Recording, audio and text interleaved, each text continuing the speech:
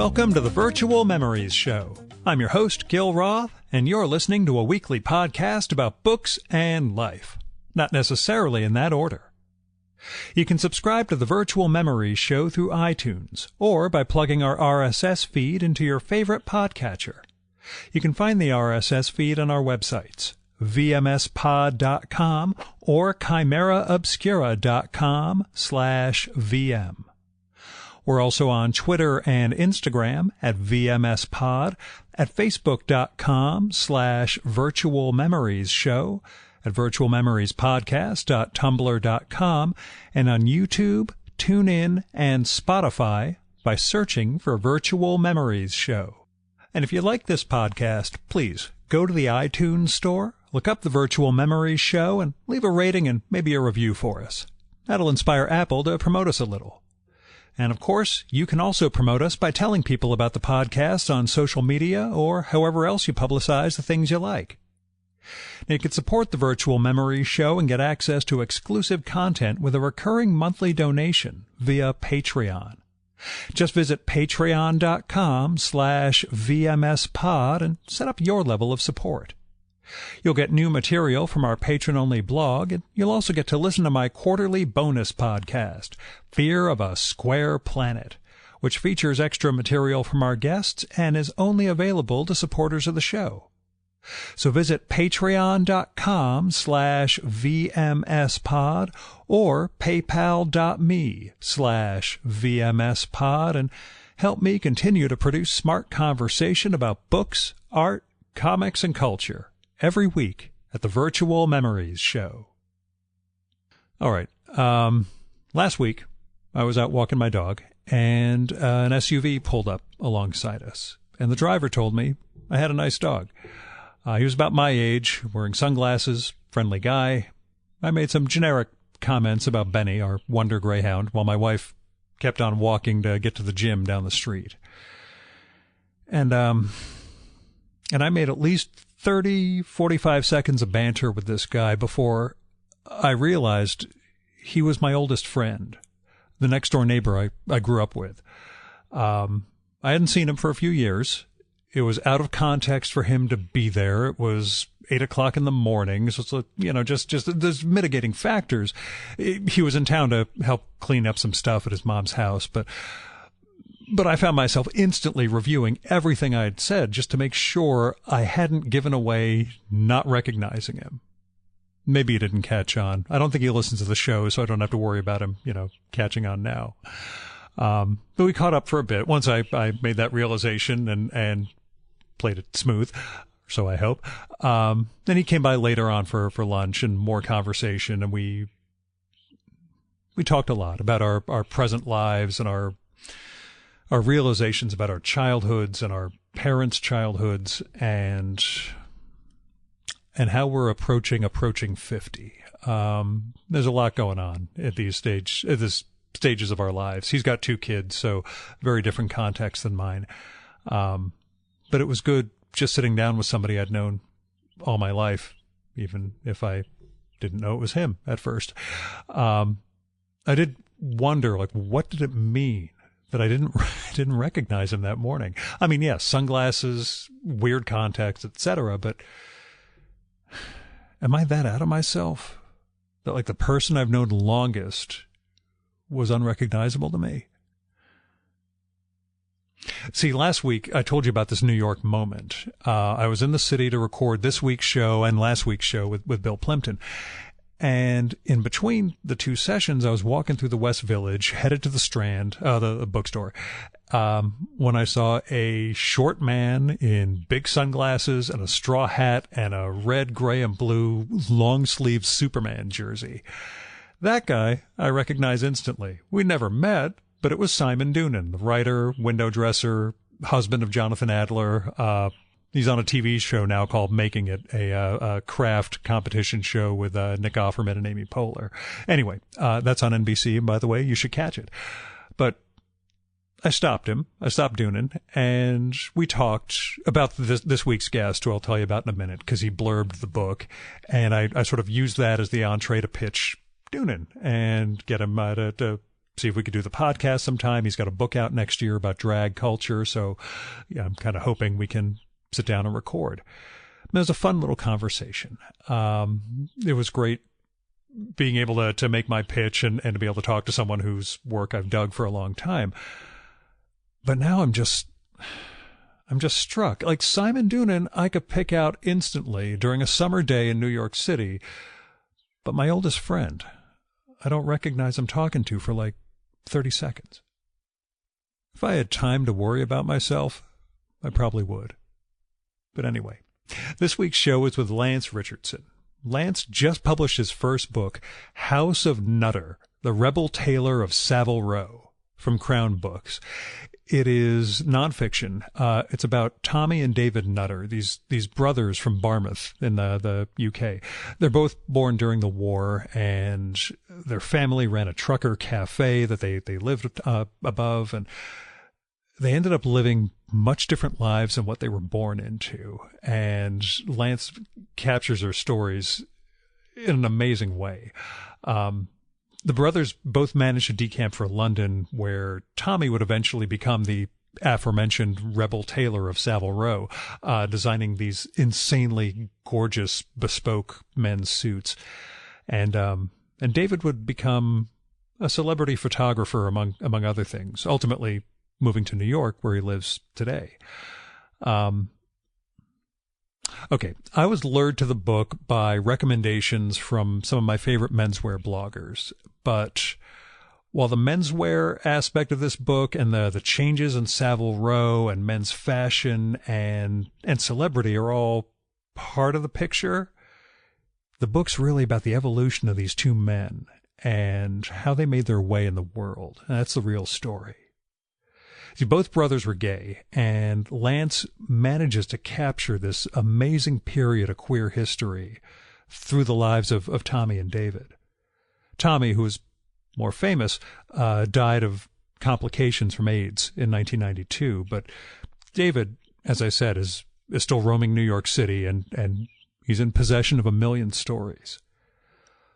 Now, House of Nutter, it's a phenomenal book, not just for the content that's there, but Lance really just draws you into this story and just propels you along with these, well, the arc of these two guys' lives and everyone they interact with. And the lives, frankly, are scarcely believable. Things happen that are just mind-blowing, but he is really diligent and careful about documenting sources in this. So I take it all at its word. I'm awfully happy that I gave the book a shot and that Lance had time to sit down with me and talk about it as well as his own writing life. Also, he said he'd try to help me out with getting Simon Doonan on the podcast next year, so we'll see how that goes. Now, as far as caveats go, we're recording in New York City in August, so there's some air conditioning noise or the artifacts of my filtering it out. Also, weirdly, Lance's neighbors decided to just test their front door to their apartment again and again mid-episode. He gets a little pissed off about it, but it's okay. Here's Lance's bio. Lance Richardson has written for numerous publications, including The Guardian, New York, The Atlantic, Slate, The New Yorker Online, The Sydney Morning Herald, and several international iterations of GQ. He holds a master's degree in long-form journalism from the Arthur L. Carter Journalism Institute of NYU. Originally from Australia, he now lives in New York. His first book is House of Nutter, The Rebel Tailor of Savile Row.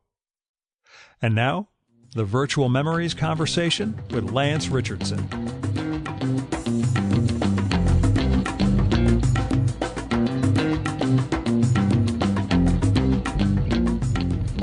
But my question, I guess, to start is where the book began for you. You mentioned in the introduction hearing the story of a man who threw himself in the Thames, but where did House of Nutter begin, and when did you realize what a book you had?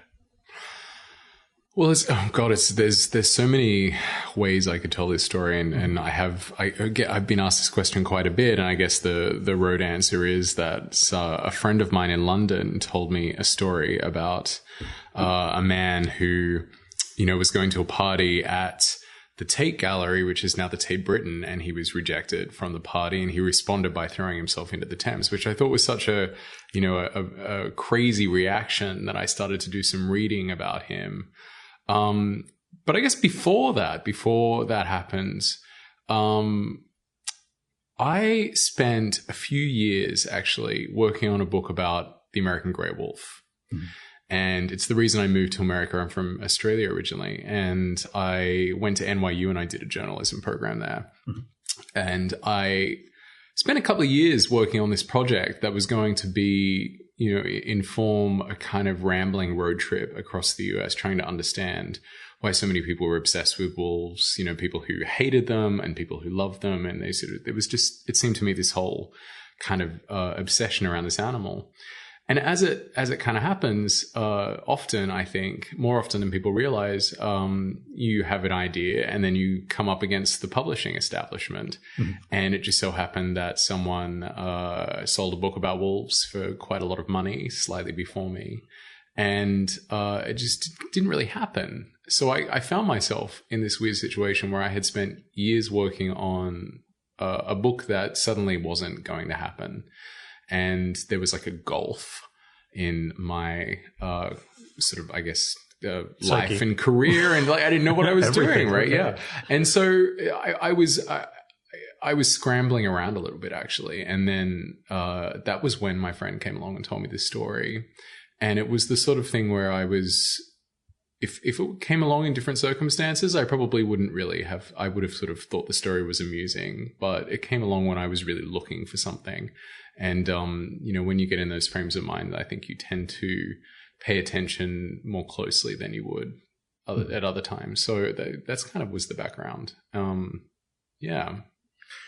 And the moment you realized you had your book? Oh, well, I guess you don't really, you have to bluff to some extent and pretend that you know more about what you're doing than you really do while you're in the early stages of selling it and things like that. I knew that I had a pretty unusual book when I met David Nutter, which is Tommy's brother. Mm-hmm. And, I met him via LinkedIn of all places. So I think like, it's good for something. Right. Exactly. I think people tend to think LinkedIn is kind of, a dubious social network, but I found him on it and he listed himself, he had no photograph, and he listed himself as a photographer for Rolling Stone. And I was like, all right, who is this guy? So I sent him a message, and it turns out that he still lives, 4 or 5 blocks away from me in Manhattan. He moved to New York in 1971. So we arranged to meet in a cafe on the Upper West Side. And he says, oh, wear a Rolling Stones t-shirt so you recognize me. And this 77-year-old man in a crumpled Rolling Stones t-shirt walks in. And that first conversation was pretty bewildering. And in my notes, it says something like, I think David's going to be a problem because he just seemed kind of crazy. But, I knew that he was a primary source for me. So I arranged to have him come over to my house every Monday for a series of weeks. And it was during those sessions where he would like sit on my couch, like it was like a therapy session. I realized that his story intersected with his brother's story and was just as interesting and illuminated the wider picture in a way that I had never really anticipated. And that's when I started to get really excited about the scope of, what I thought was quite a small book ended up being much bigger than initially expected. Mm-hmm. Mm-hmm. What was difficult the first time? Was it just... was it a guy who had too many stories he was trying to blurt out at the same time? Or was there a sense of he forgot some stuff and he's not quite clear about when things were happening? What made it difficult, I guess? Well, I think it was partly, he didn't necessarily tell stories from A to Z. He kind of jumped around.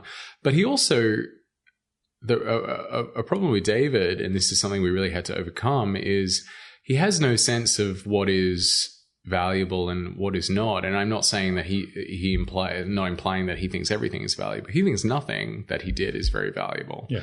So you kind of have to draw the stories out of him because he doesn't think they're that interesting. Oh, yeah. So I bet people like that. Oh, nobody wants to hear about this. No one wants to hear about the time I photographed John Yoko's wedding in Gibraltar. It's just, he actually came to my house 2 days ago for breakfast and he's sitting there talking about the time that he photographed Quentin Crisp. And I was like, what? David, like You could have told me. The book is already published and out there, and you're still kind of like casually mentioning these things that you did.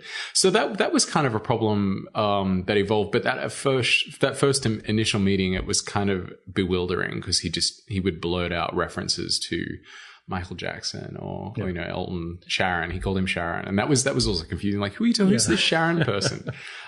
So I had to kind of learn his own language. Yeah. And I'm sure there's a degree of worrying about whether he's demented or actually has everything in his sequence, and it's just not clear on the outside. Right. Yeah, and I also had to earn his trust. Right. You can't just walk in and have a rapport with someone like this. And he was dealing with. I didn't realize at the time decades of mental illness in terms of bipolar.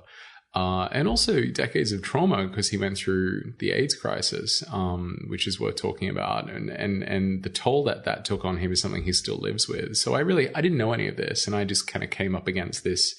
I think we tend just in general in New York to dismiss people who are maybe a little different or just like think that they're crazy because they seem a little different rather than kind of spending time to understand where they're coming from. The age thing is also the an age issue. thing, Do you absolutely. do you have people in your life who are drastically older than you? I do, but I don't have people in my life who are drastically older to that extent who I spend a lot of time with. Yeah. So, it was like I'm 34. I was 31 or something when I met him. 30, I guess. And you would have been 70-something then. Yeah, it's a weird thing. Double my age. Yeah, I mean, it's definitely. It is a criticism I get with the show that I interview old people all the time. But I do tend to well, I think old people tend to have books more than young people, right? And they have stories. Yeah. They've seen cycles go by. The line I always use, which is me being spiteful and mean because I never produced anything, a 30-year-old who college, MFA, worked in publishing and wrote their first novel about college, MFA, and working in publishing is not someone I need to talk to, as opposed to like Jules Feiffer or Harold Bloom or someone like that. I'm going to get something substantive out of, and they're going to have some perspective on life. Were there issues with, I would say, corroborating what some of David's stories were, making sure that, is he telling me this straight or is this, is he, screwing things up and do I have to find someone who's going to? Yeah, for sure. I think for me, I'm very diligent and I have been trained to be very, very careful as a reporter. And he told me everything and I fact-checked and supported and backed up everything I could to the best of my ability. And anything that I couldn't, that I wanted to include, I made it very clear in the book that it was his memory. Yeah. I never wanted to be in a situation where I was implying facts that had only really come from a single source. So that's why there's a lot of X-recalls and it's in quotes and things like that because you just can't know. But to a remarkable extent, I could corroborate what he was saying, both through other sources and through David's contemporaneous diaries. He kept diaries for decades. Yeah. And he wrote down exactly what he did. And there's no reason that he would be lying to himself about what he did that day and him being robbed and using his tongue to dial a telephone, which actually I did have another source on as well. So all those things, I mean, you have to, when someone's telling you stories that are so outlandish, you have to corroborate them somehow. Right. Yeah, who was the toughest person to get to talk for the book? Well, there's a couple of people I just didn't get to. Like Bianca Jagger agreed to speak to me and then just never answered another email. Elton, I don't think I ever really got to Elton. I got to Elton's husband, which is closer than most people. I got pretty close, but they weren't willing to talk to me because he has a memoir coming out, and they didn't want to. The official line was they didn't want to give me anything in case it trod on their toes. Which sure. But ultimately, and the New York Times just actually ran a review and they called me out on this, not talking to like Mick Jagger and things. And I think that they kind of missed the point somewhat because the point is that this was a book about, I think we focus so much on the people on the stage that we forget that there's all these people in the wings helping them be there. And the people in the wings know just as much, if not more than the people on the stage about what's actually going on. So I wanted to write a book that was about the people in the wings.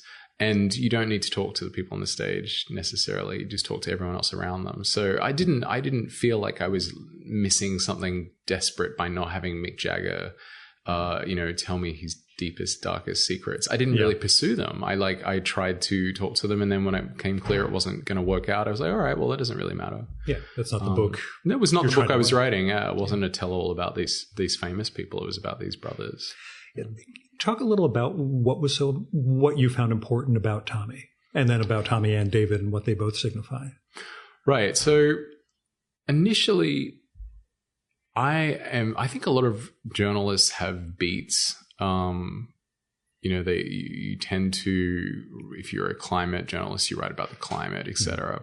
And I really don't. I've always been a generalist, and in some ways that's a blessing and a curse, because it means I write about anything, but it means I don't necessarily have immediate stories. Like I have to kind of really go looking.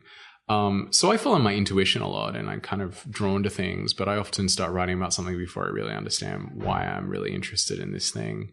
So with Tommy, it was just sort of fascinated by this guy who had come from nothing and essentially built this tiny empire, or built this sort of name for himself on the strength of his imagination alone. And I was also fascinated by the way he used glamour as a kind of way of overcoming some of, I guess, what he saw as shortcomings for himself, and using it almost like a defense mechanism.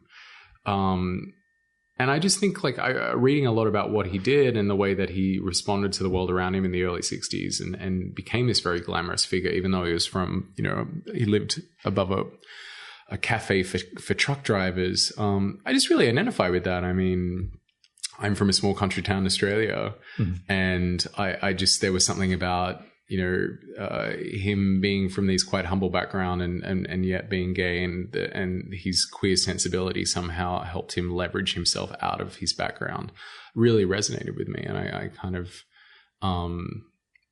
there was echoes there I really kind of identify with. And then, of course, there was the AIDS thing, and in the sense that I just think there's so many stories that were lost because of the epidemic that have not really been told. And I saw an opportunity to restore at least one of them. I think people talk about AIDS and the people who died, and they go back to the same 10 names over and over again. And it's like, well, okay, yeah, they did. And yeah, they were amazing artists, and that's an incredible loss. But there was a lot of other people who also died. And those people contributed a lot, and even more would have contributed a huge amount if they'd actually lived. So, like, let's talk about them for a change. And did you ever find yourself wondering what Tommy would have gone on to accomplish? Of course. Yeah. I figured, but I thought I'd lead you with that one. But I definitely what did. What do you think he would have done? I actually, you know what? I don't think he would necessarily have done anything more. I think he had his moment. And I think when he did die at the age of 49 in 1992, he'd kind of got to a point where I think in some ways he'd given up a little bit because he'd been knocked down so many times. That, I guess the romantic answer is, he would have gone on to be Paul Smith, but I just don't think he would have. I don't think he had the business sense. I don't think he had the support around him to help him get to that point. So I think if he was still around today, he'd probably be, he'd be 75 this year, something like that. And he would be on Savile Row with his shop, still kind of, well known, still doing his thing. I don't think he would have really, done anything more than that. I think he'd had his moment. Yeah. And how much did you have to learn about fashion, Savile Row, tailoring, and all that going into this? How much did you know beforehand, and how much did you have to educate yourself? Zippo. I am not a fashion writer at all. I write about, my background is anthropology, and I write about travel and culture. And we wear is part of our culture. It is. I absolutely agree with that, but I knew nothing. I knew what I liked in terms of suits, but I didn't really, have any sort of technical understanding. And the way that I don't sort of see that as a handicap, by the way. I think that actually sometimes journalists' ignorance is their... I was just explaining to my pal at NYU, my entire career is based on things that I have no qualification for. Right. And still don't. But, if you're just curious about stuff and try and communicate that to other people, that carries a lot of weight. And you tend to ask the basic questions that, a reader wants to know, but wouldn't actually maybe ask themselves. So the way you overcome that is you just go and ask a lot of questions and you spend time with these people. So I went to Savile Row and I was in the workrooms. I watched them. I talked to as many people as I can. I asked them really basic questions, and then I'd write parts of it, and I would get people who I trusted, who knew the trade, to read it and to tell me if I'd got terminology wrong, if I'd sort of made some blunder. So I was like very careful, and I just think if you were going to write a book about this stuff and present yourself as an authority, you really need to get it right. So no complaints yet, and they've all read it, and no one's pulled me up on anything, so it's all right. I came across the book because a couple of the men's fashion blogs that I follow, because of course I'm so stylish, we're all praising the living hell out of it. And these are guys who are pretty finicky and difficult, and they all loved what they read. So, that was one of this book sounds like something that would be right up my alley and you pulled it off. One of the interesting aspects of the book to me is the fact that both brothers help, I would say, shepherd in a period of celebrity that it's tough for us to understand didn't exist prior to them, prior to their era. I wouldn't say they were the guys who gave birth to it, but that they were right enmeshed in this stuff. How much, as an anthropologist, how much that notion of celebrity and what it is, you mentioned glamour also, play into the allure of this book for you? Actually, not very much, because I'm reading way too much into this. My bad. No, not at all. I mean, I think I was fascinated to get this inside look at the Beatles, just because they are so famous, and to see them from this new angle, where they were surrounded by a surprising number of gay men who I didn't know about. Obviously, there's Brian Epstein, the manager, who was gay, but also Brian's assistant, Peter Brown, who was Tommy's boyfriend, and then Tommy himself. So that was kind of a sort of an interesting thing for me. But in terms of, Mick Jagger and Elton John and people like that, I don't find them that interesting. I mean, I just...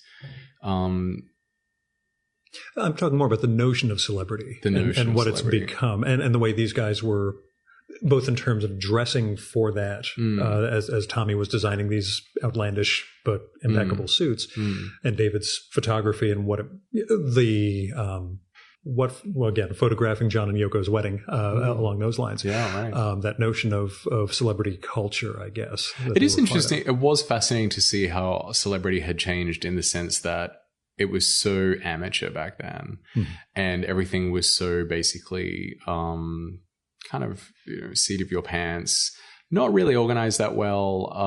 No one was sort of efficiently paid. You could get access to people pretty easily just by, calling someone or writing letters. It seems much more kind of calculated and cold and efficient these days, and through like agencies and stuff like that. So it definitely it seemed more innocent in some ways. And that sort of innocence around the Beatles and around Elton John was kind of amusing, knowing how cynical it all is these days. The guy I recorded with just before you, animated a music video for Kanye West, and had at least his agent reached out beforehand to the animator, but it was one of those like, you really know what you're getting into when, hey, Bill, this is Kanye. That's got to be a weird dynamic as far as, control of every situation goes. Right. Yeah. I would not want to be involved with those people now. We had some stories, but I can't recall if we did them on mic or not, so I'm not going to tell them here. Probably signed an NDA as well. I don't know that you'd be able to. Well, that's the biggest aspect of this stuff. It's my belief that privacy and being able to surprise people with a full project is now the new luxury. Right. We got a book of Bowie behind us, and the fact that his last two albums were done with no warning. They came out with no warning whatsoever. Right. I think that's a sign of what it means to be rich or wealthy, we'll say. The fact that you can do something in complete privacy now. Or being able to film an entire music video in the Louvre with no one knowing. Yeah, I was going to go with Beyonce also. When Lemonade came out earlier, it was one of those, whoa, nobody saw this coming, and it just dropped on everybody in the same day. It's weird to me that, that is more significant now than, a big build up for a year or two coming on for a project. you ever get to try on a Nutter suit, by the way? Yeah, I did. And I didn't try on the full suit because there's no way in hell it would fit me. I mean, they're all like size 30 waist, 30 like 28-inch waist. I have tried on Tommy's dinner jacket, and Edward Sexton, who is the cutter, actually, I paid him to make me a homage to what I used to do. So I have a pseudo Nutters jacket, which is beautiful and precious. Did you find in the process of researching this stuff that you gained an appreciation for Savile Row and bespoke? For sure. I mean, this jacket that I have is so amazing, and it made me want to just only get things bespoke. But I'm a writer. Yeah, that was my next question. It's thousands and thousands of pounds, and that was just one piece. So, definitely the craftsmanship is something to be admired, but it's for an elite. Yes, I was quoted at $8,000 for a linen suit I was looking at getting done. I was like, dollars as opposed to pounds, which would have been even worse. But it was one of those. I can't justify this at this point. It's crazy. And it would be the best linen suit you ever owned in your life. It would be absolutely wonderful. But $8,000 is a lot of money. Yeah, there's a degree. No kids, so I don't have to worry about, saving for someone's college fund. Right. But there's still the cheap ethnic stereotype that I have.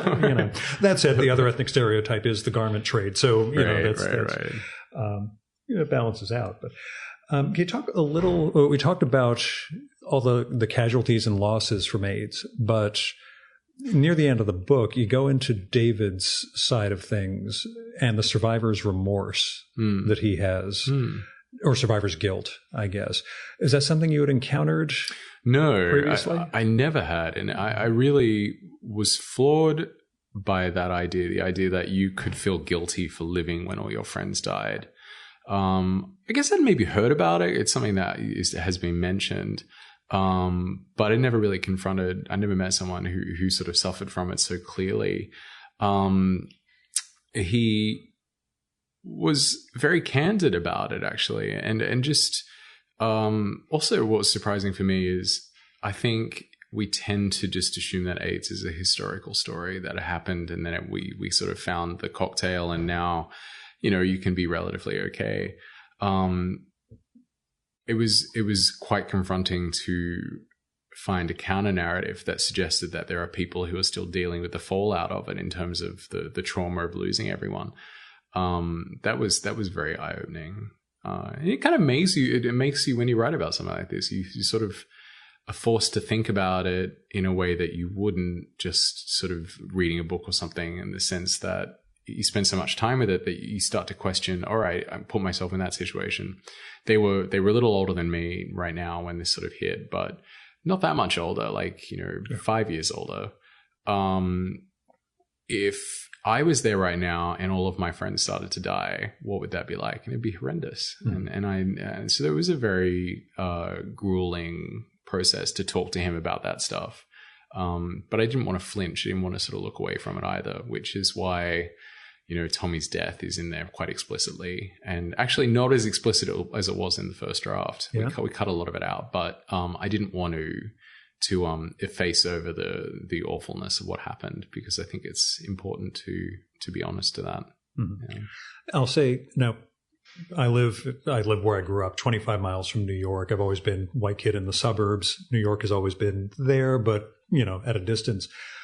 The passages in your book dealing with that phase reminded me very, very much of what it was like I was born in 1971. So being 13, 14, 15 years old and hearing all of this stuff in the news, and then seeing, we know what the stereotypes were. And then you start to see how, the culture itself was being blown up.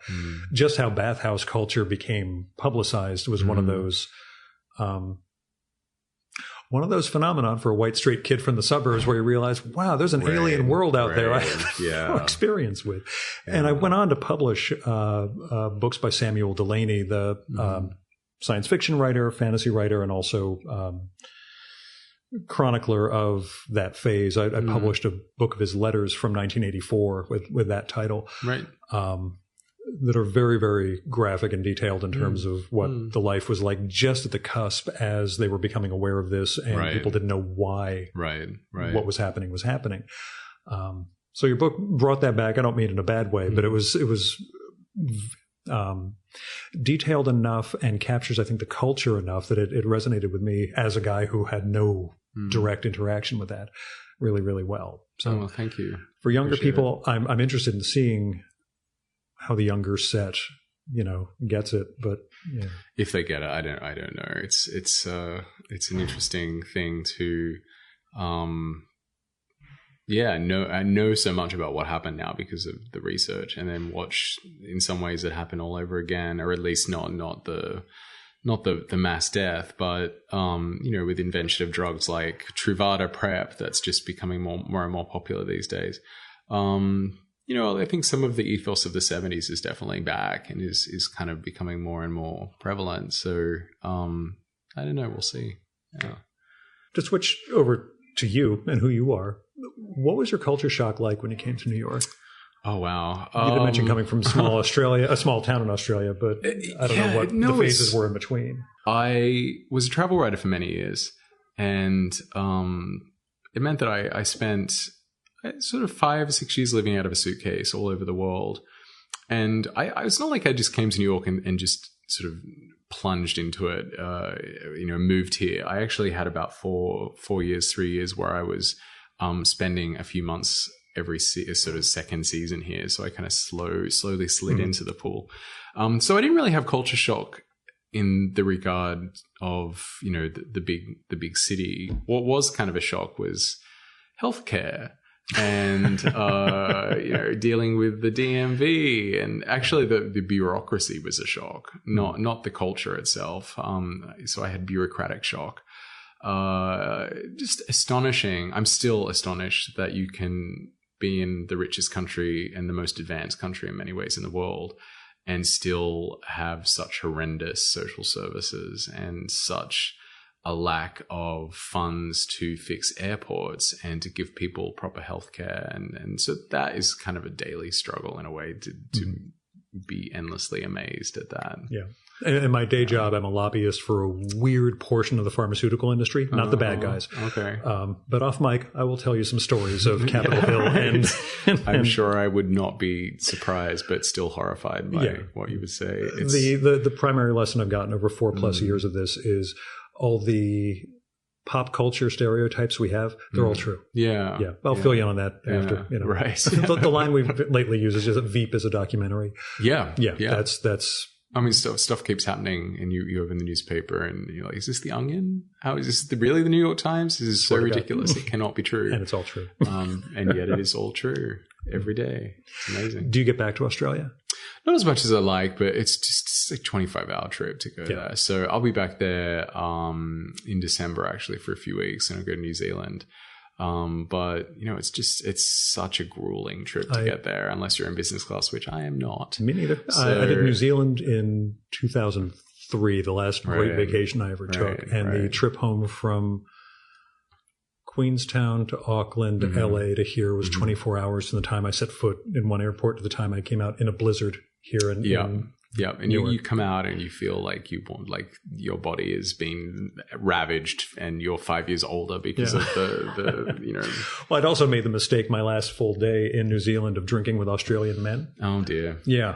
I thought I had 2 weeks of bungee jumping, jet boating through river canyons, helicopter over a rainforest onto a glacier, all this crazy shit, and then my last day there. Right. I did what was really you went insane. on a bender. Yeah. Have a cultural experience. Yeah, never seen anything like it. Right. We can put it back. Yeah, they had a horrible drink called the Flatliner. I don't know if you ever. I quit a few years ago, but only for health purposes, not anything dramatic. It was Sambuca, Tabasco sauce, and tequila. And the first time I was like, why would you put those together? That doesn't make any sense. Awful. I'll drink it. But it was not a good night. Aniseed and it was terrible. That sounds awful. Then I had 24 hours of travel ahead of me the day after. Well, it sounds like you brought that on yourself. I don't have any sort of, why did this happen to me? You drink that thing. 6 or 7 times. Right. But, but getting an understanding of America, did the sociology background help at all? Or is it, again, just such a weird country in terms of trying to understand how we developed the way we did? I wouldn't ever claim that I understand America. I don't know anyone that really ever understands America. I think if anthropology taught me anything, it's to look closely and it's to watch and to pay attention. So I definitely do that. And I have, through my work, been exposed to, I spent 2 months once crossing the country on Greyhound buses, and I've also crossed the country and stayed in penthouses in hotels. So I feel like I've seen a cross-section that a lot of people don't see, but I would never pretend to say I understand America at all. I don't even live in America. I live in Manhattan. So this is a different world. There's that famous, there was a billboard by, I think it was the Manhattan mini storage people, and it said something, it was above the Lincoln Tunnel, and it said, "Remember, if you leave Manhattan, you have to go to America."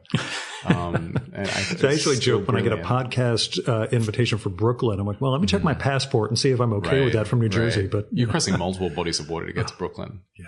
It's always a nightmare. Yeah. It's why I don't drive beloh 96th Street anymore. I just come down the West Side Highway, get off 96, park in a garage there, and just subway wherever I have to get. So, although it turned into 40 minutes getting up from Houston just now. But, right. It's the things I do for you. It's appreciated. It's very kind. Why'd you become a writer? I had no choice. It's that thing like, it's such a boring answer. Every writer says this, right? You have to be psychotic to do this because it is no way to make a living. But you don't know that going in usually. People warn you. People are pretty emphatic about they were to me. I've tried doing other things and I never was happy. I always just wanted to do this. And after you finish a big project, you always have a moment where you're like, well, I'm done. That was just that was such a grueling process. I mean, it's not like you write the book and it's over. You've got to go through the whole publicity thing. And it's just, it's pretty, it's a ringer. And then it comes out and people, read it and dismiss it, or like they read it and they praise it. And it's just, it's a silly thing to do. But I never wanted to do anything else. So, it was never really an option, I don't think. Who were you reading as a kid?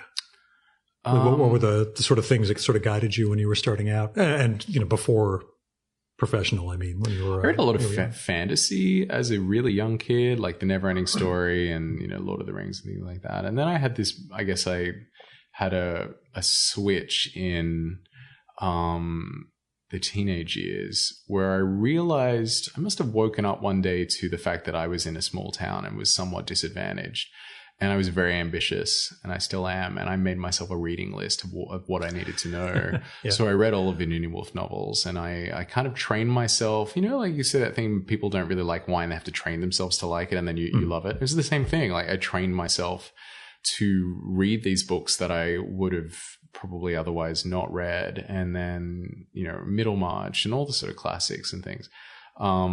And did you have somebody guiding you at that point, or was it really just you came across references and sort of It was really sort of a haphazard self-education. I did have some very good teachers who suggested things along the way, but no, it was not sort of. It was just me deciding what to read, which I still do. One thing I have increasingly done though is.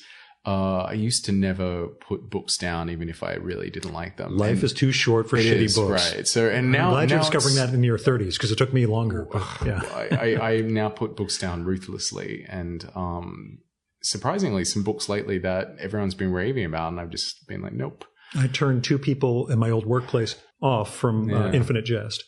Well, I put that down too, but it's just because it was too long. And that was the same thing they asked, does it get better? I'm like, no. You never find out what's on the videotape. Right. It doesn't matter. And one of the guys was a tennis guy. I'm like, have you already read his nonfiction about tennis? Like, yeah.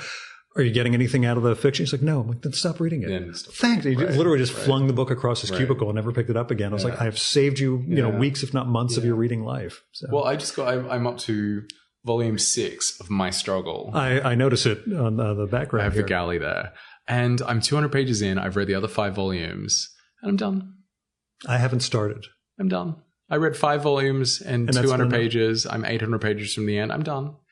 My concern was that any series that gets like those hipster writers in Brooklyn thinking they should be writing about themselves even more is really not a good phenomenon. I would say 90% of the hipsters in Brooklyn who talk about Kanowski, I've never actually read one of his books. Yeah, I'm proud of you for pronouncing his name correctly. Yeah. I had Lynn Ullman, the Danish writer, correct me the first time, and since then I've been punctilious about getting that name correct. I really like his stuff, and I will probably go back and try and finish it. There's sort of this wavering line of self-indulgence through all the books, and I just feel like in this last one he has definitively crossed it, and I'm really struggling there. So I will, keep it on the shelf, and I'll eventually finish the damn thing. Mm-hmm. You're young enough. What's your? I haven't read it yet, and I have to get to it. Your Moby Dick, which might be Moby Dick. No, I've read Moby Dick. Good. Oh God. I haven't read it yet, and I have to get to it. Like two different books or one book? Oh, no, one. Like just something that, Well, it'll have to be Shadow Country, probably. By Matheson? Mm-hmm. Okay. Which we could lead right into our Matheson question. It's on my list, but it's also, there you go, it's another 1,000-page book, which I have to read very, very carefully, and have to read in another iteration when it was 3 different books before he combined it into one. So it's on my, next year list. Let's talk about Peter Matheson then. As long as, we'll get back to Tommy and David also. Sure. But you told me before we started that you already have a next project, and usually I never ask guests about their next project because they throw stuff at me. But go ahead. I'm happy to talk about it. I'm writing a book about Peter Matheson. I'm kind of amazed that no one has yet. Yeah. So it's very, very, very early days. I am still in the process of casting the net to work out exactly what there is out there. But I think it's going to be great. He lived quite a hell of a life. What attracted you to him? Actually, he has several things that really speak to me about, he's an adventurer, he's an explorer, but initially it was The Snow Leopard, that book that he wrote. And it was his spiritual development over his life, I think, is really fascinating. And I wanted to know how a man went from being, the consummate Connecticut wasp to being a Zen Buddhist master, and how does that happen? What's that path look like? So that is the book. The book is about his work and his writing, but is very much focused on his spiritual life. It would be called True Nature. Your spiritual life? Is not really existent in the same way that I don't think his was either. I mean, it just that whole cliche of the seeker, right? And sort of looking for something, but not really knowing what you're looking for. And I think, people like that who aren't sort of, traditionally religious search around, and some writers speak to them and they may grab onto things. And I've certainly done that my whole life. And I just read this book by this man, and he seemed to be doing it too. And he had managed to get to a place that was enviable and very articulate. I think he articulated things that not just me, a lot of people, because this book is very famous and is beloved for this reason. He articulates things that are very, very hard to express, and he does it with incredible clarity.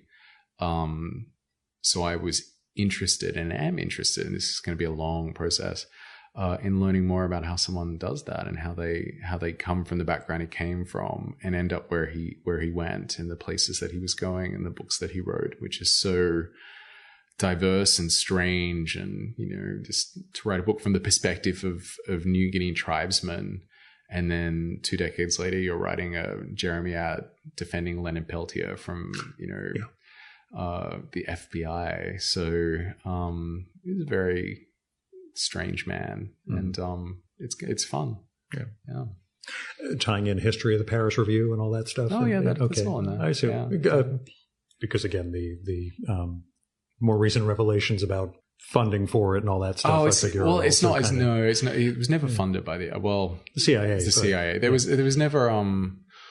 There's questions, but I don't think the CIA story is actually very interesting, to be honest. I think it's a footnote to a much bigger and more interesting story in this man's life. So look, the Paris Review absolutely will be in there. The CIA, sure, but it's not the focus, and it's not that interesting, I don't think. Cool. Yeah. Was there something you read when you were young that you decided this is the sort of book that I want to? Oh gosh, so many books. Or the sort of writer I want to be?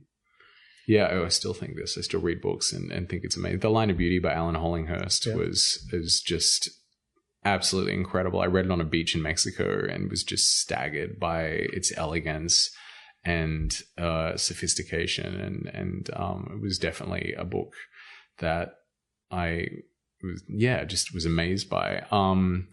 More recently, Roberto Bolaño's 2666 is amazing, for its parts, but it seems to me to skirt around this great big unfathomable black hole at the center of that book, and just the way that he manages to write all this stuff, but it's actually he's writing about something else entirely, I think is something I've always been really interested in. My favorite writer is probably, other than Matheson, would be Seybold, W.G. Seybold. Yeah.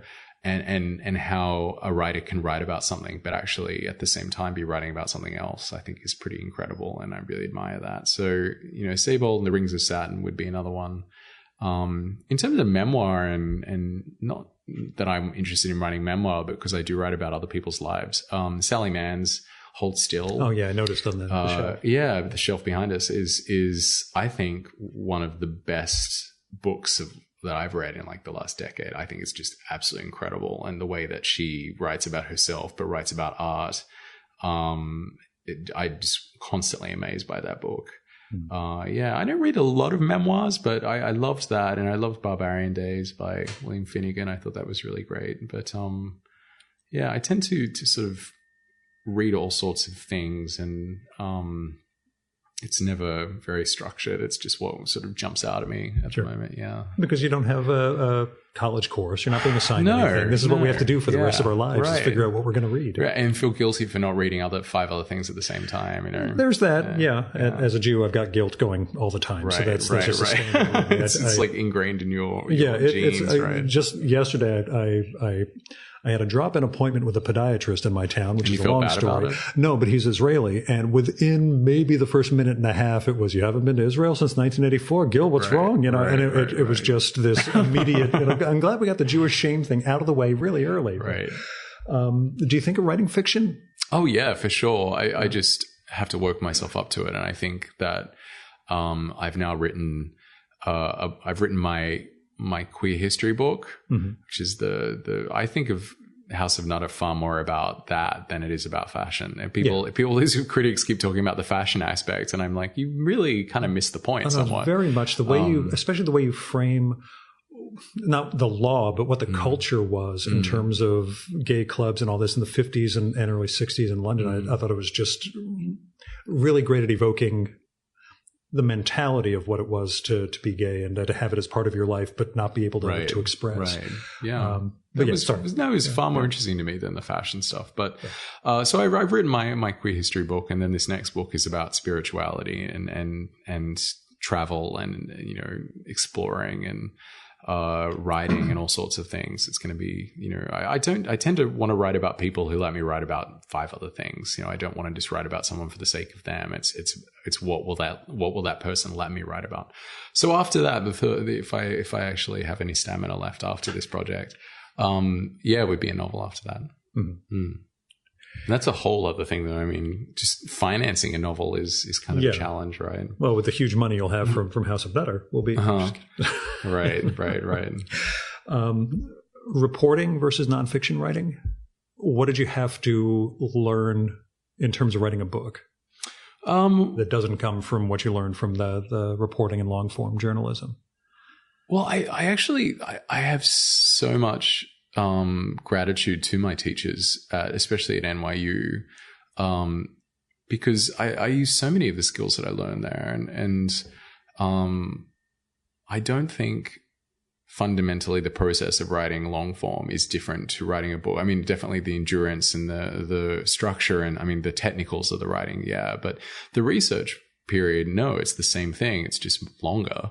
So I had to learn how to interview people and how to interview people about very delicate subjects that they may not necessarily want to talk about. I had to talk to people about AIDS. I had to talk to people who lost family members because of AIDS. I also have become much more proficient at archival research and actually really learned to love it. It's super fun digging into people's letters and things. And it's a real sense of, like Sherlock Holmes, like you're out there. Like just before you arrived, I was signing, there's on the table over there, there's documents for somebody's war records that I've tracked down, and I need to pay that they'll release them. And I'm filing FOIA requests for people's FBI records and things. So that's super fun. And you have to kind of learn where things are and how to access them. And there's, that's not taught in school. You just have to kind of work it out. It reminds me a little of one of my Mount Rushmore guests who I'm hoping to get someday, Robert Caro, and his big Robert Moses book where which is personally, I think, Shakespeare for America. Right. Or at least for 20th century America. I haven't done the LBJ books yet because I refuse to start them until he finishes. He finishes them, if he ever finishes I did read the introduction to the first one because I didn't understand why he, after the power broker, decided to spend the rest of his life with LBJ. Yeah. And then that first 40 pages of the first book, it becomes abundantly clear why this is the person he chose. Yeah. But he talks about working at New York Newsday many, many years ago, and something happening that it turns out was not what was supposed to happen, and deals had been done behind the scenes, and this is how the city and the state worked. And once that was opened up to him, he had I have to look underneath everything. People aren't going to tell me this stuff. I have to start digging under. And then, of course, comes up with 1,100 pages plus of Robert Moses. Supposedly, there's another 1,000 pages that were cut. Oh, I'm sure. I'm sure he has meticulous records. You have to have meticulous records to write one of these books. And I'm sure if you dug in, there'd be all sorts of things that he left out that would blow your mind. Yeah. Apparently he and Bob Gottlieb had to fight over what was going to stay and I'm sure. didn't make it. But I would not want to be the guy fighting Robert Caro about what was staying and what was going. Apparently the Jane Jacobs fighting I don't know if you know the whole story, that Robert Moses was going to run an expressway across the village, basically, east to west, and just take out expressways. Yeah, but never drove. Really? Yeah, he did not learn to drive. He was always driven by someone, which makes it even more interesting and weird. And toxic. I mean, he's responsible for so much awfulness in New York. That's one of those things, though, that once you read the book, and I was turned onto it by this wonderful New York documentary that Ken Burns' brother did for PBS here. You realize one guy envisioned this, like this whole city that we're in, and the way it works in certain ways was one guy deciding that I'm going to have a road that goes, north-south here on the west side. We're going to do another one over there. We're going to have this bridge. And that shapes everything about how people live. Yeah. And it's one of those things that, it makes me wonder again, as you look back on different periods, again, like the AIDS era, now looking back at the 40s and 50s with Matheson, that sense of it wasn't always like this. And how much you have to project back to not just that it wasn't like this, but that they don't know what's coming, that certain ideas and certain things people decide to do, they have no clue what it's going to mean down the line, which is just me rambling on at length. No, I totally agree. It's also amazing how quickly things change. I mean, it wasn't really that long ago, this stuff. And it seems, you read about it, it seems like a different world. I mean, right now I've been reading a lot about Paris circa 1952, and it's just the Paris that is in these books and articles that I'm reading is just wildly different to the Paris that I know. Yeah. So it's pretty incredible to think how quickly and radically it all changes. And you also, in the book, in House of Nutter, you write about London in the era in which the Nutters are kids. Swinging London, although it's a phrase I never use deliberately. No, but you also get the post-war era where there's just... there's nothing. Buildings missing and, people are rebuilding from bombing. Austerity Britain. Yeah, it's tough to... My mother was born 1940 in Golders Green, and there are aspects of her life that are, I won't say defined, but, you can understand based on you were raised during the war and then in rationing, immediately after, the things that we just, being born 1971 in Ringwood, New Jersey, we didn't experience all this stuff. You came up in the boom time of America. I mean, well, even maybe slightly after the boom time, but the golden age. But we look at these goddamn kids nowadays, and they're we're destroying everything with our avocado toast and which I tried today for the first time. Oh, it's great! Yeah, it's great. It's fantastic. I just don't have it out in the suburbs. Right. So, apparently, we can't. None of us can afford houses because we eat too much avocado toast. And that's the thing. I finished paying off my house last month, so that way I could have. You can now have avocado. That's why I felt waited. You waited. That was it. Because I read the article. I'm like, I can't afford a house if I eat this stuff. Right. But that sense of reporting essentially the same tools it's just a matter of scale as opposed to. Yeah, I think so. I think definitely. And what something else I think you have to do a lot of that maybe people don't realize when you just read a book. So you have to read a lot of stuff about context. So you sort of mentioned austerity Britain there and the 60s after that.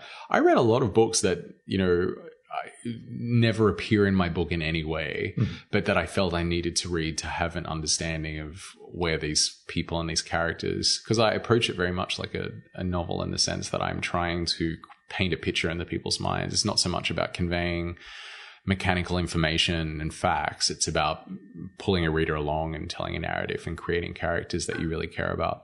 But to do that, you really have to have a whole world in mind. You have to paint a whole world. So I'm doing it again right now. I mean, reading books about Paris, and they will never appear in the book except as a sort of the curlicues around the edges. But I think it's really necessary, and you spend a lot of time doing that, much more time than I think people realize. Mm-hmm. If you do it right.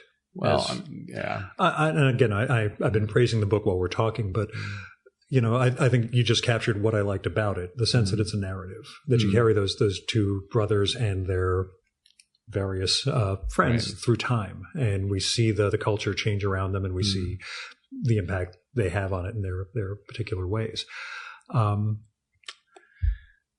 Favorite era or place? I mean, I know the research you've done is still limited to essentially late 20th century or second half. In this book? For you. Is there a time that you think, wow, it would be awesome if I was, I do think... Again, Swing in London, I don't think is your thing exactly. Actually, no, you'd be surprised. I think there's things about it that I didn't really like, but no, I liked the sense that you could have not very much money and not be terribly privileged and still make something really interesting there. There was a lot more openness to entrepreneurial, just people, a bunch of friends coming together and throwing some secondhand clothes in a shop and cutting them up and making them look kind of bedazzled and then selling them and calling it like, Granny Takes a Trip or something. That couldn't happen today because it's so expensive and everything's so sort of streamlined. So I kind of envy that. I do think it would have been amazing to be in the 70s. I know people kind of grouse on about romanticizing the 70s, especially in New York, because it was such a hellhole in some ways. So, I'm sure that would have been awful, and I'm sure I would have been mugged a few times. David certainly was. But that sense of freedom after being in prison for a long time that a lot of his contemporaries had, I think is kind of enviable.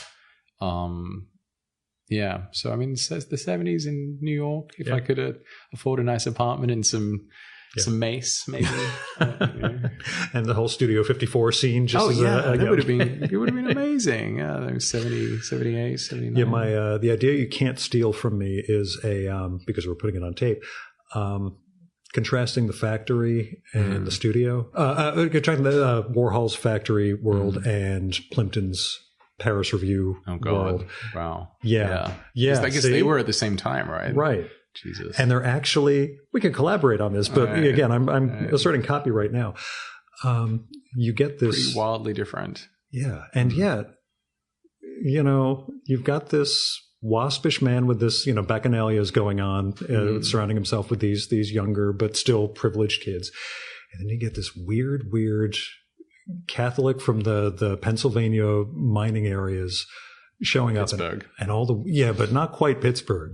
Outside really? Pittsburgh. Warhol's just outside Pittsburgh? I think, I don't think he was city itself. So I think it's, suburbs or the Warhola. mining.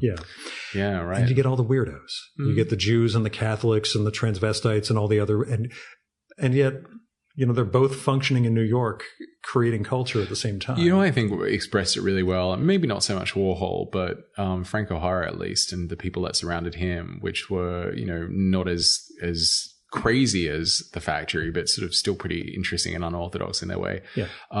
Matheson's first wife, Patsy Southgate, after she got a divorce from Peter in 58, she changed her name back to Southgate, so it was Matheson.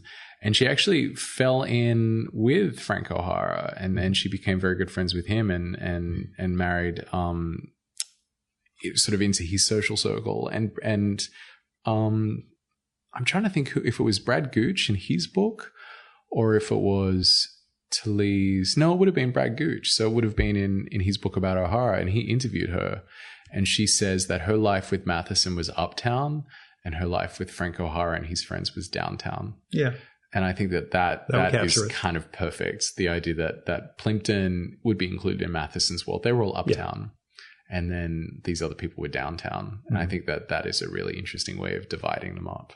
Yeah, my reason for contrasting with Warhol is if you ever read George Being George, the oral history of Plimpton. It's in my bedroom. He mentions going with, I forget the woman who wrote the Edie Sedgwick history that the two of them collaborated. Gene Stein. Yeah, that's it. Yeah. He mentions going into the room to meet with Warhol and being terrified. Yeah. It doesn't explain why, but...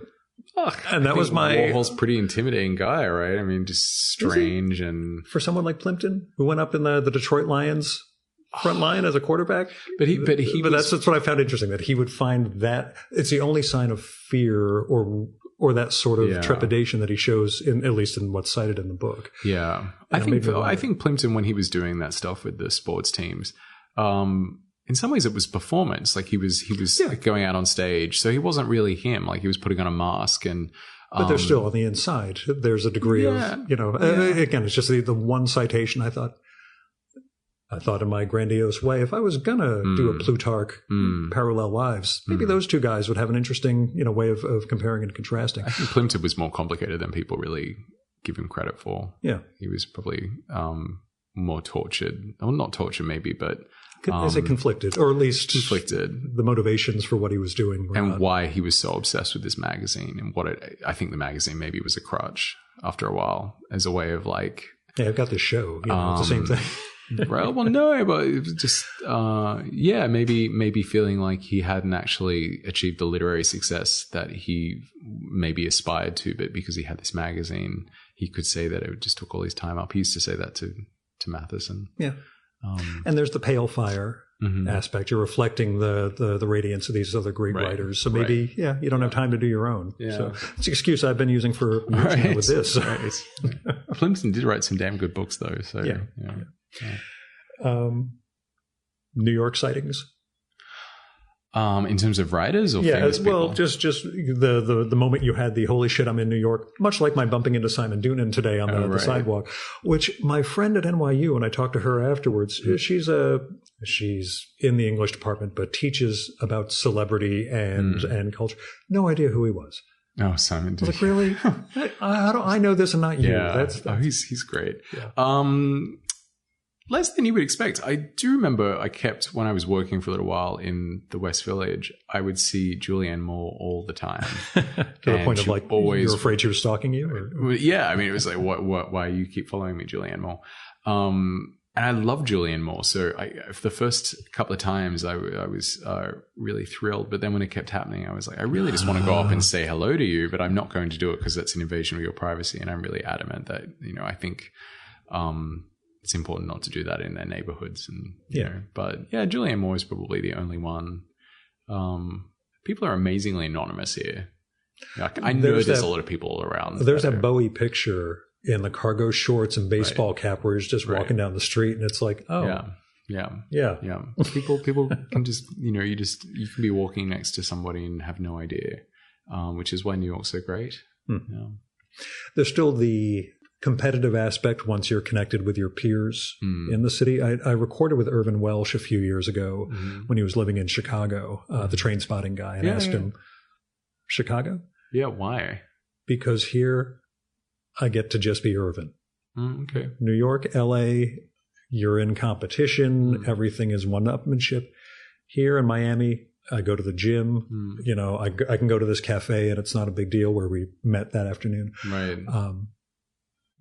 For him, it's more important to just have normal people around and not have to worry about being, I can definitely understand that. I think that more than New York for me, it is Twitter is hard to be on and not feel competitive. Let me tell you, I just a few days ago I started using Freedom. I block it for 12 hours a day, and after the 12 hours elapsed, I discovered you don't miss it. Yeah. No, I go on. I'm like, what? I keep toying with the idea of just delete your account. Canceling Twitter. I mean, Facebook's different because it's just friends, but Twitter, it's just, I don't know, it just seems to me a lot of writers trying to big note themselves with hot takes, and I don't know. I go on Twitter, and all these writers who I really admire and who actually have prodigious outputs seem to tweet 5,000 times a day, and I'm just like, how do you? I've been working. Like, how do you guys? When do you actually do your work? You spend all the time on Twitter, like commenting on what you're wearing on the subway. It's like maybe they have assistants. Maybe they do. Maybe it's like, or maybe the assistants are doing their real writing for them, and they're just tweeting. Yeah. Maybe. But I found. Just it's only been since the weekend, but I realized I keep my work account going because it actually has news about like my day job stuff, and I keep up with that stuff. But the personal account, I'm like, I'm not really missing anything. I didn't find out what the outrage was. I had to wait 10 hours. Right. It turns out a day later that outrage is gone, and you do not. Your life does not stop if you don't know what the outrage is. Right. Yeah. Also, because I live out in the woods and don't have a social life. This is a replacement for that, a la Plimpton and writing. Yeah. But how important is the various types of social media as a writer? Or do they matter? Do they help in terms of promotion, or do things tend to get lost? Have you noticed any? Well, I don't really have very much of a social media presence, so I'm probably not the one to ask this. Like my Twitter, I've never really understood how to tweet in a way that will get me 50,000 followers, and I don't really have the interest in doing that. The only thing I ever tweeted that took off is a poster. I was headed to a podcast. I was in Brooklyn, and the subway station had a sign saying the D train will ride on the F line this weekend, and the F train will ride on the D line this weekend. You took that picture. I took that picture, and it went viral, didn't it? I waited a week before I came up with a joke, which was also one train always tells the truth and the other train always lies. I've seen that. Yeah, see, that went around. That's the only thing I've ever done that took off. Well, I've never done anything that took off because my brain doesn't work like that. And then again, that took a week before I came up with a reason to post that picture. When I finally did, Virginia Heffernan and Tom Tomorrow both posted it. Right. And then it just blew up. I still get people every so often. It just shows back up and okay, it's gone to a million different people. Yeah. It's the dumbest thing I've done, but No, I don't. Social media kind of doesn't hugely interest me that much. I go on it to waste time, but I don't have things to say every minute of the day to random strangers. I tend to not want to do that. So it doesn't have much use for me in that regard. I think that publishers think it's useful, so I kind of keep it for them. I used to hear that they cared about your contract to be based on whether they give you a contract based on how many people you had following you once upon a time. And I never, that seems to have. That was not, it has never been a discussion in any of the people I've worked with. It's never come up at all, I don't think. Or if it has, they haven't told me. So no, but yeah, Twitter is one of those things. Yeah. Now, how's publicity for the book? You mentioned how difficult it is to do things like this, which makes me feel bad for eating up. That's not what I meant. I know, I'm kidding. Yeah. But that sense of, we see it with actors where they have to promote a movie they finished a year and a half ago and act like they just finished it a minute ago. On the other hand, they're actors. Yeah. For you, knowing that you'd finished the book, that it's gone through the whole publishing process, et cetera, returning to it and doing press. That is fine. I don't mind talking to people about it as long as they have actually read the book. Yeah. I've done a couple of interviews where So you've written this book. Right. Yeah. And they would be like, it's about this. And they'd be reading the blurb back to me on the inside of the jacket. And those are really frustrating. And I actually feel I had a few of those where I felt empathy with, I understood for the first time ever why these actors kind of get really shirty in these interviews because they're talking to people who haven't seen the film or just don't really care. And they're asking them the same questions over and over again. And I kind of got a glimpse of what that must be like and why you would want to shoot yourself. Yeah. Robert Downey Jr. did that to Howard Stern once when Kiss Kiss Bang Bang came out. Howard was interviewing him, having received the screener and not seeing it. And Downey Jr.'s entire spiel was, well, if you'd seen the movie, you'd know there was a scene where this, and he just kept hammering him again and again to the point of it, both of them laughing about it, but it was the absurdity of this stuff. Yeah, exactly. So I really don't mind talking to people who have read the book and engaged with it. And, I appreciate it. It's great. But those sort of more rote interviews are tiresome and don't really kind of have much impact on anything, I don't think. Sure. So, Have you had surprising reactions or people reaching out to you? Yeah, I mean, I've had people email me who knew them or were in that world, who went to the Rockingham Club, which is a club that is really important in the book, and sort of come out of the blue and said, that they appreciate it and that I got it right, or something like that. So definitely have had some really nice notes from random strangers, which is always welcome and lovely. Yeah. Tell me if it's too personal to ask. Okay. Growing up, again, country town, Australia, gay. I'm assuming, which I know is a big assumption to make, but everything here. Of my partner, like just over there, so it's fine. And to be honest, your cover picture in the book, that was my first. Right. Okay. Difficult process. I mean, is it weird to ask about? You mean growing up? Yeah, finding out.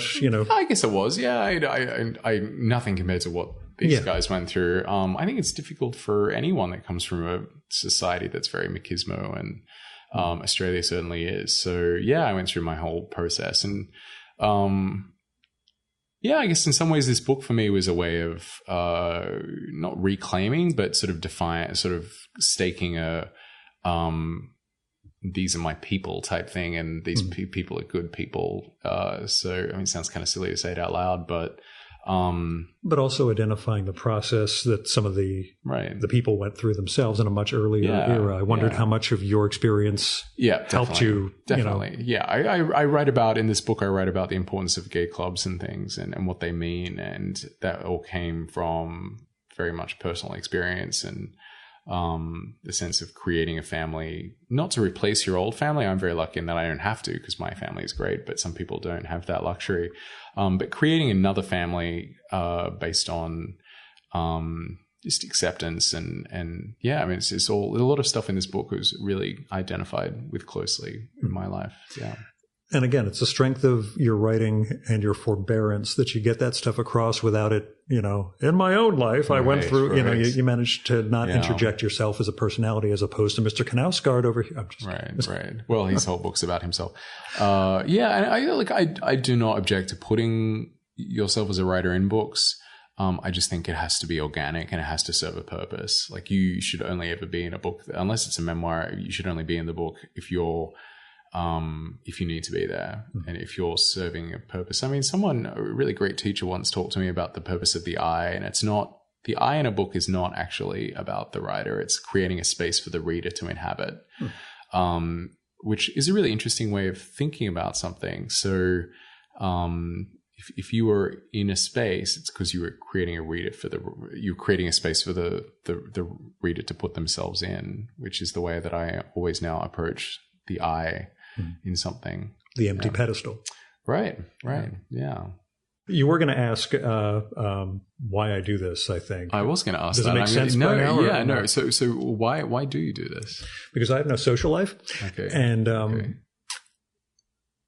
and this is, I went to a graduate school, St. John's College down in Annapolis. That's a great books program. And it's not really about papers and tests. It's about conversation. And I find the sitting down with someone I've never met for an hour or so and just talking to each other is a way of developing empathy. I think that, maybe it's an exercise in this to force myself to feel that. But that's, to me, it's important. To me, this is, to be pretentious about it, I try not to say this is my art form because I'm a failed writer.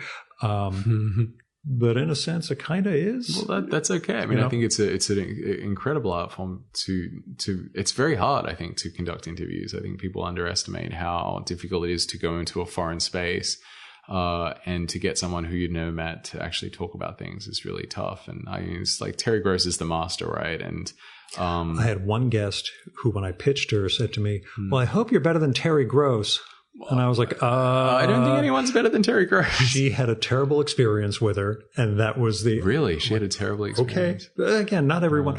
I'm sure there are people who will say I was awful. There are several episodes that will never air because the guest and I had a bad connection. Right. But yeah, there's also a degree...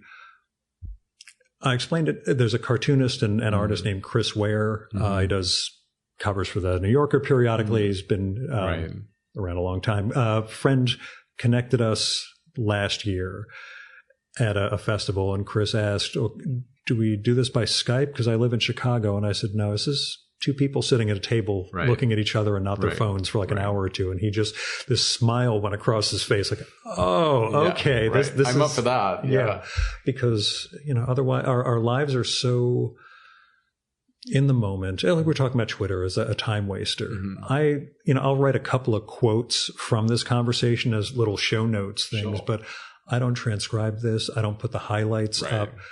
It's a weird demand to say, why don't you sit down and listen to two people talk for an hour? But we live in an age where everything is so fast. I'd like to slow down. And things like this, I read about 50 books a year now, which is bizarre to me, but so many things that I've read through the show like this, I never would have discovered without having the show and then the impetus of the show, which was I have to record 50 conversations this year. And this book sounds really interesting. Let me pick up a copy and sit down. And sometimes it happens and it turns out not to be a good book, so I don't pitch the author. So, with yours, I'd started and thought, this is good enough. I'll find out if it holds up. And it does.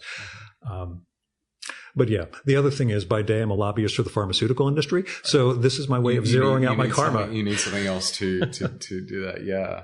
Well, it's not a bad way to do it. I figure, but Lance, thanks so much for coming on the show. Thanks for having me. It's been lots of fun. Thank you.